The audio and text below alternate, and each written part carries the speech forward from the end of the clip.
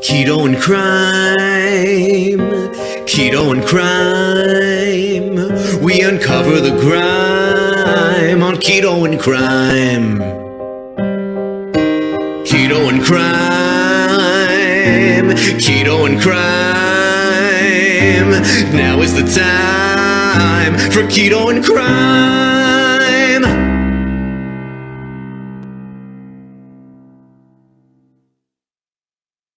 Hey everyone, Tracy here from Keto and Krime. Thank you so much to every single one of my patrons and channel members.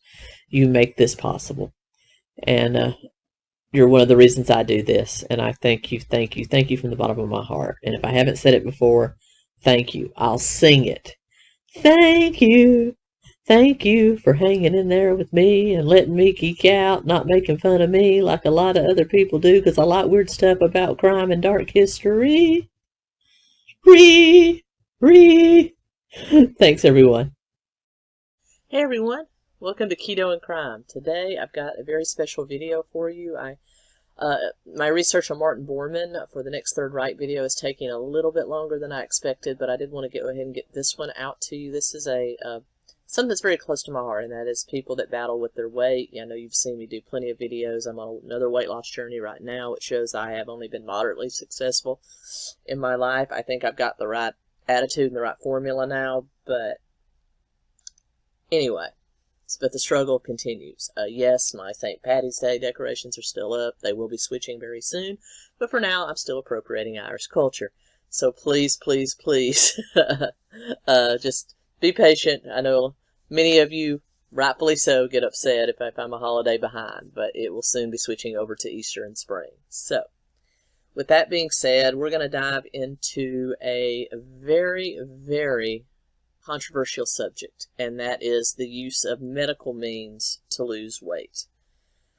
Now, whatever your belief is in losing weight, we know that it is a balance in the body. Now, whether you believe that that is calories or simply the type of calories, I mean, we could debate on low carb versus typical calorie counting, but what we know is that the standard American or standard Canadian or standard Western diet is highly, highly processed. 60 to 65% of what we eat is highly processed. That's not good, and that has caused in the population metabolic syndrome, which is basically just a generic term for your body doesn't process food correctly, or energy, that is calories from food, correctly. That all goes back to hormone regulation, mainly a hormone known as insulin produced in your pancreas for the most part. It basically, if you're eating a lot of processed food, they're designed to make you want more. They cause huge blood sugar spikes, and high blood sugar will kill you. And so insulin is reacting all the time to get that sugar out of your blood and get it into the fat cells. So it causes your body to go into storage mode. And that's the reason a lot of people put on a lot of weight very quickly, eating a lot of processed garbage. Now, over time, since our diet is the majority processed food now, for most people, we have a whole generation of people now born with a lot of metabolic syndrome, and they find it very, very hard to lose weight or to control the hunger and symptoms that come with blood sugar constantly surging up and down. Now, this can be corrected if you get yourself on whole, clean foods and a recommended exercise program of at least 30 minutes of movement a day. Just movement. It doesn't have to be strenuous. Just move. That is shown in the long term to help correct metabolic syndrome and get your blood sugar in a way that won't cause you to binge and eat. Now, along with that is the way to correct the physical effects. Now, this is very, very overview, very, very short. But this is the way to correct it from a metabolic and a physiological drive, but there's still the mental drive to eat more. You crave it, you want it from a mental standpoint, and that is something that every person, I think, has to work out on their own, either by going to counseling, getting help, or just having the willpower of a saint, even though that isn't always possible. Now, I will tell you that if you are overweight, you're probably, unless you have a true physiological problem with your thyroid, if you overeat and you eat the wrong foods, you're going to put on weight and you're going to be obese. That was my problem. I was a binge eater. I ate just for the sake of eating because I liked the taste. That has been my problem all along. And I found the most success on eating plans that control those cravings. And that's what I'm doing now. I'm eating clean, drinking a lot of water, and exercising in the form of walking. Nothing strenuous. I have added an occasional jog here and there for like a mile. But for the most part, I'm walking. And you've seen me do 20,000 step a day challenges. Not saying that that's what you should do, but you could, if you would just increase how you're moving right now and clean up your eating just a little bit, you would see results. And so that's all I'm going to say about that. But let's get into the whole craze about medical intervention to help you lose weight. First thing I'm going to talk about is weight loss surgery. And this has been around for years. Both my mom and one of my sisters had it to varying degrees of success. But there is 2 types of weight loss surgery that is available. That is a full gastric bypass, where they remove most of the stomach and bypass the rest of basically your esophagus, your food tube, directly into the intestines. I'm glad I did it. I don't regret it. Penny Wheeler loves feeling lighter on her feet and healthy again. Gastric bypass surgery allowed her to hit her targeted goal of weight loss. Penny says her weight began to soar after a successful fight against cancer. At her peak of 330 pounds, all dieting solutions had failed, and doctors gave her a dire warning. If you don't have the surgery, you will die within a year. And that was an eye-opener right there. Mayo Clinic gastrointestinal surgeon Dr. Michael Saar performed a Roux-en-Y procedure. He explained to Penny it would decrease the amount she could eat as well as the length of intestine where food is absorbed. And then there's also a stomach reduction surgery where they don't do that. They just reduce the size of your stomach down to just barely half a cupful, so you can't eat a lot. They do the stomach reduction with the gastric bypass as well, but they also kind of speed stomach emptying, get it out of your system by basically connecting that straight to your small intestine. So those are the 2. And then there's also the gastric band, where they tighten up essentially a belt around your stomach. It's a little more uninvasive, but still falls into that same category. But that is mainly what weight loss surgery is. And if you're an adult that has tried everything and you think this is your only way, or you're on death's door because of your obesity, I say it's time for that kind of radical intervention. Where I have a problem is now children, and young teens over the age of 13, if they meet certain specifications such as a BMI of over 35 to 40, are being prescribed weight loss surgery. And that's where I have to draw the line, people. You as a parent are in charge of your child's diet, and you should give them the opportunity to learn new habits, teach them new habits, do it with them to get more active before you permanently alter their body.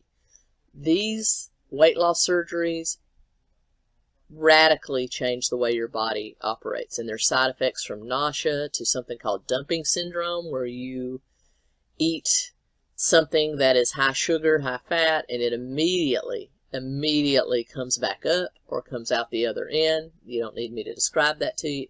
It makes it impossible for you to eat normally. In addition, most people that have gastric bypass, that is over 60%, regain the weight within 5 years. I saw that happen with my sister and my mom.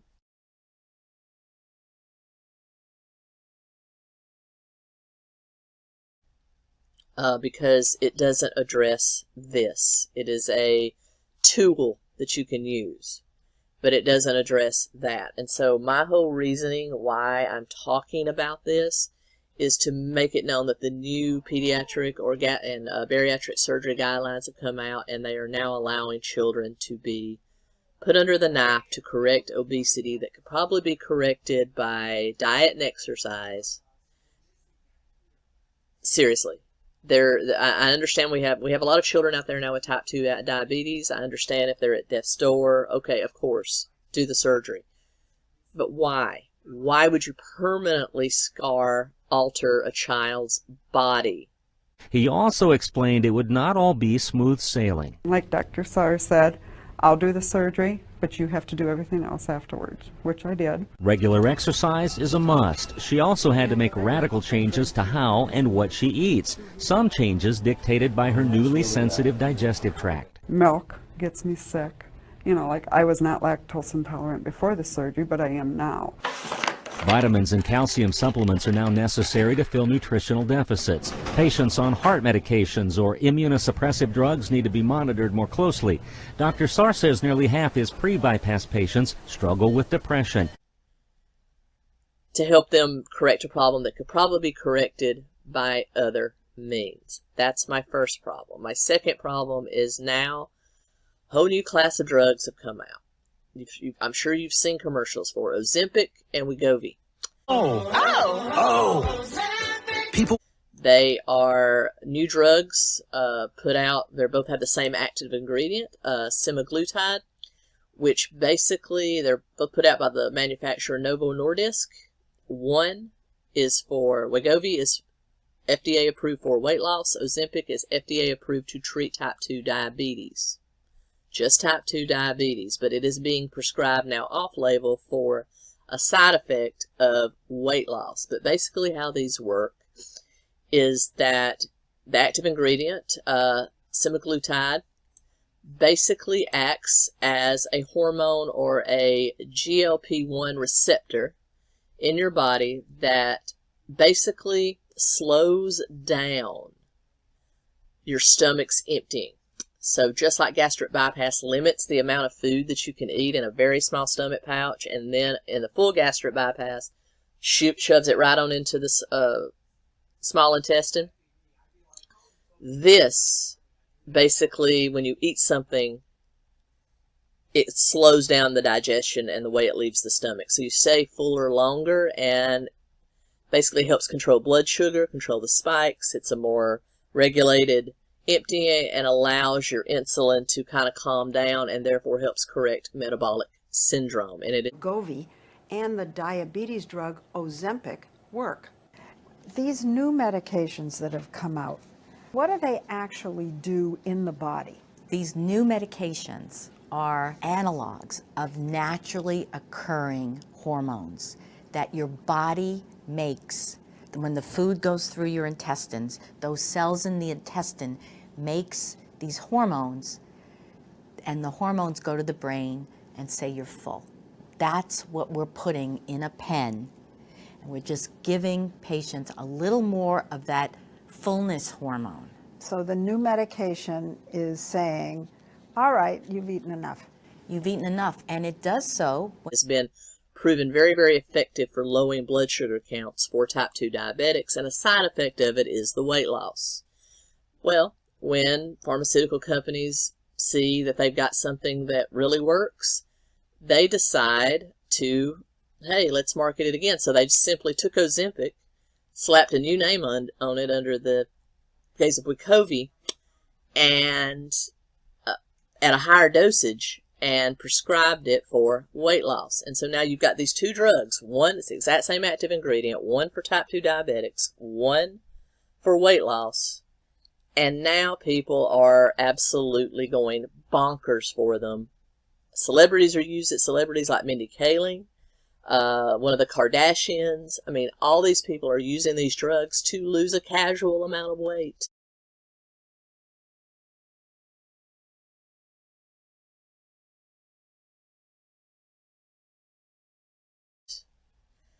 And as a result, it has created shortages for actual type 2 diabetics that need it to control their insulin, which leads me to the thing that we as a humanity, that we as a race are doomed, because we cannot just do it through diet and exercise. We have to have a drug fix. And what they don't tell you about this is that there's a lot of side effects with it.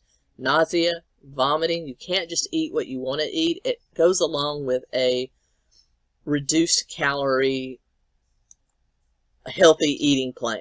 Just like any drug that's ever come out for weight loss, it goes in conjunction with diet and exercise. So what does that tell you about it? And that's the same thing here. It goes along with a prescribed regimen of treatment either for type 2 diabetes or weight loss. But the nasty little secret they don't tell you is once you go on it, you have to stay on it.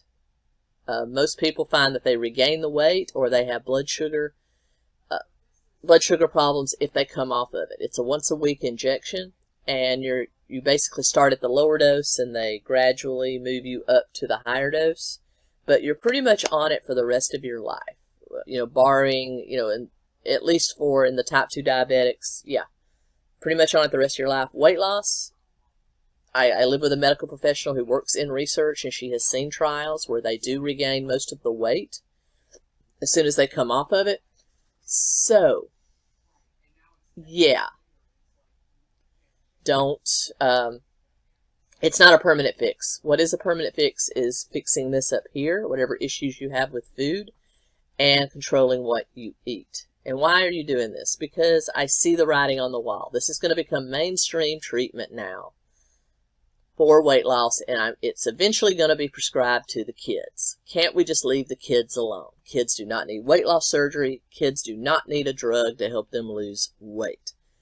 Let's please just put away all the nonsense and do this the right way. Diet and exercise. A healthy lifestyle. That is the only way that weight can be controlled long term. We've got to get off the processed foods, and we've got to eat better. We've got to move more, and that will help correct a lot of these problems. And also, you created shortages for people with type 2 diabetes that need this drug to survive. There are diabetics that cannot get this now because of the shortage through supply chain issues and just people grabbing it up. People in Hollywood are having Ozempic parties. It's sickening. It's sickening. Stop. You can lose weight on your own. You don't need these interventions that don't work in the long term, because it all comes back to developing good habits around diet and exercise and fixing your brain, fixing your relationship with food. It's half mental, half physical. If you don't fix that, none of this is going to work. Why do over 60% of people that have had weight loss surgery gain their weight back? Why do people regain the weight as soon as they come off these drugs? Because it's more than just a quick fix. You have to fix the whole person, and we're not doing that because it takes too long, and dare I say, it's not profitable. So that is my rant for this week. If you're on this drug for weight loss, reconsider. Reconsider. There's a better way. Especially if you just have a few vanity pounds to lose. I mean, what are you doing?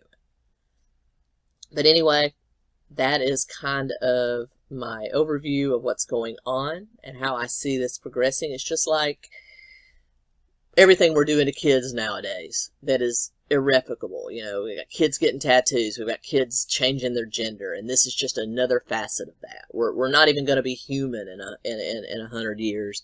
If we keep this up. Can't we just leave kids alone and let them find out whoever they're going to be and see if they grow out of it? Because believe me, that does work. That does work in most cases. Plus, you're taking medicine away from people that really need it. So that is my rant about Ozempic, and I hope you enjoyed this video. I'll be back with a live stream about the Valo case coming up very soon. I hope you enjoyed this quick little video on something that is very near and dear to my heart. And until next time, Keto and Krime.